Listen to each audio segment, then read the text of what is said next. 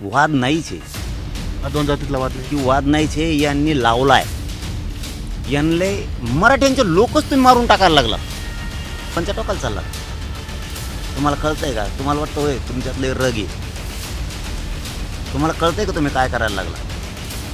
तुम्हाला वाटतं तसं नाही हो. जो दिवस उजाडायला नाही पाहिजे ते या दोघांनी उजेडून नाही द्यायला पाहिजे. जसं तुम्ही म्हणता की हे लोन आता महाराष्ट्रभर पसरेल. सुरुवातीला संतोष देशमुख यांच्या हत्येकडे एका तरुण सरपंचाला त्याचं अपहरण केलं, त्याची हत्या झाली आणि लोकांनी त्याचा निषेध केला. परंतु कालांतराने आता मराठा आणि वंजार असा वाद सुरू होताना दिसतोय. अहो हे वाद नाहीच आहे, हा दोन जातीतला वाद नाही. की वाद नाहीच आहे. यांनी लावलाय, यांना मराठ्यांचे लोकच तुम्ही मारून टाकायला लागला. हे कोणचं समीकरण आहे तुमचं? ठीक आहे, एखाद्या दिवस पडलं फुडलं काय झालं, चार शिवीगाळे असतात, एकामेकाला टोचून बोलणं असतं, एखाद्या वेळेस भाषणातून टोमणे देणं असतं. ठीक आहे, इथपर्यंत राजकारण ठीक आहे. तुम्ही कोणत्या टोकाला चाललात? तुम्हाला कळतंय का? तुम्हाला वाटतं होय तुमच्यातले रग आहे? तुम्हाला कळतंय का तुम्ही काय करायला लागला? तुम्हाला वाटतं तसं नाही हो. जो दिवस उजाडायला नाही पाहिजे ते या दोघांनी उजेडून नाही द्यायला पाहिजे. हो, ह्या दोघांनी जो दिवस उजाडायचा ते उजडून नाही द्यायला पाहिजे. कारण 25-30 वर्ष झालेत लोक सहन करतात. छोटे छोटे कोणाचे हात मोड, कोणाचे पाय मोड, कोणावर गोळ्याबार कर, कोणाच्या जमिनी हडपेव, कोणाचे प्लॉट हडपेव, हे प्रकरणं सुद्धा सुरू आहेत. आता बाहेर यायला लागलेत. इकडं त्या मला आता सांगता यायला त्याविषयी माणसं आले होते पाटोदा तालुक्यातले, बीडच्या आणि पाटोदा तालुक्याच्या बाँड्रीवरतीच गावे धनगर बांधवाच्या पोरांचं सुद्धा मॅटर झालेलं आहे. अरे तुम्हाला काय कळतंय का नाही? तुम्ही काय करताय? पण हे जे करणारे आहेत हे थोडेसे आहेत, त्याच्यामुळे अख्खा बीड जिल्हा बदनाम होता. केला यांनी केला. आता बीड जिल्हा स्वच्छ होणार आहे. हो, स्वच्छ होणार. आता यांनी जर यांचे लोक दापिले नाही, यांनी जर सांगितलं नाही, तर लोकांचं सहनशीलता संपणार आहे. कारण एका आईलाच कळतं लेकरू गेल्यावर काय होतं, एका मुलीलाच कळतं बापाची सावली पाठीवर नसल्यावर काय होतं, डोक्यावर छत्र नसल्यावर काय होतं. एका भावालाच भावाची किंमत कळते साहेब. हे सोपं नाही आहे. ते गाव इतकं चांगलं आहे. तो संतोष भैया इतके चांगले होते की त्यांनी आदर्श गाव म्हणून त्यांना पुरस्कार आहेत कित्येक तरी. एक दलित बांधवांच्या लेकराला मारायला लागलं म्हणून मध्यस्थी गेला. तुम्ही त्याची निर्गुण हत्या केली, ती पण अशी की तुम्हाला असं वाटलं का मराठे बेधरतील. इतके वळ केले, इतकं भयंकर क्रूर पद्धतीनं त्यांची हत्या केली. म्हणजे तुम्हाला दहशत माजवायची होती का काय मराठ्यासह बीड जिल्ह्यातल्या जनतेवर? तुम्ही लय चूक केली, ती लय चूक केलेली तुम्ही, आणि त्याचं पुरं भोगावं लागणार. तुमची पायली भरली आता. पण याच्यामध्ये धनंजय मुंडेंचं नाव सुद्धा त्या ठिकाणी अशा पद्धतीने येऊ लागलं की धनंजय मुंडेला घेरण्यासाठी, त्यांच्या राजकीय कारकीर्द संपवण्यासाठी विरोधक असेल किंवा काही लोकांना हाताला धरून हे प्रकरण आणखी उचललं जात आहे, अशी सुद्धा टीका होते की धनंजय मुंडेला राजकारणातून संपवण्यासाठी. विरोधक नाव देऊ नका, शाने असल्यानं म्हणा कोण आहे ते विरोधक नाव देऊ नका. ती घटनाच अशी घडली, त्याच्यात हर एकाचं रक्त खवळून उठायला लागलं, हर एकाच. त्याला राजकारणाकडे कशाला वळीता? आणि जर सरकारला वाटतंय हे राजकारण करतेत, विरोधक द्याना न्याय. मग लोक तुम्हाला म्हणते सरकारनं न्याय दिला, तुम्हाला कामं करायचे नाही. दुसरा कुणी आवाज उठवायला लागला म्हणायचं तुम्ही राजकारण करायला लागला. हे चांगलं नाही ना. म्हणजे याचा अर्थ असा होतो मग खून करणाऱ्याला तुम्ही बळ द्यायला लागला. कुणी आवाज उठवला राजकारण करायला लागले, कुणी बोलायला लागलं नाही ते विरोधीचे आहेत, कुणी एखादा समाजाच्या वतीने उठायला लागला नाही ते आमक्याच ऐकतो. मग खरी परिस्थिती दडपवली जाते. म्हणजे याचा अर्थ तुम्ही मारे करायला पाठबळ द्यायला लागला, त्याचा अर्थ असा होतो.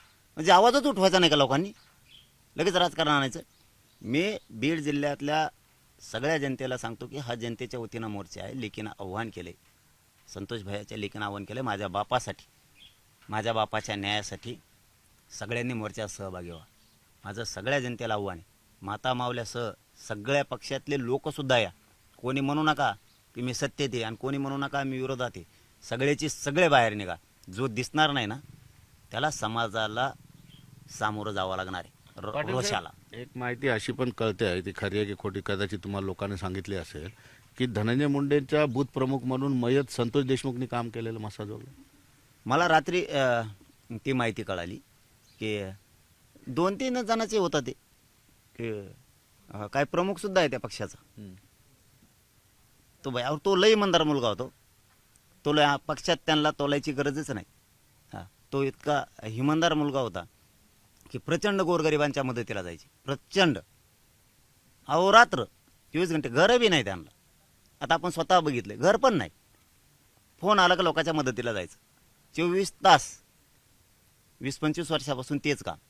मग अशा बांधवांचं जर तुम्ही हत्या करणार असली आणि त्याला न्याय देणार नसले, मग त्याला जातीकडे न्यायला लागलात तुम्ही.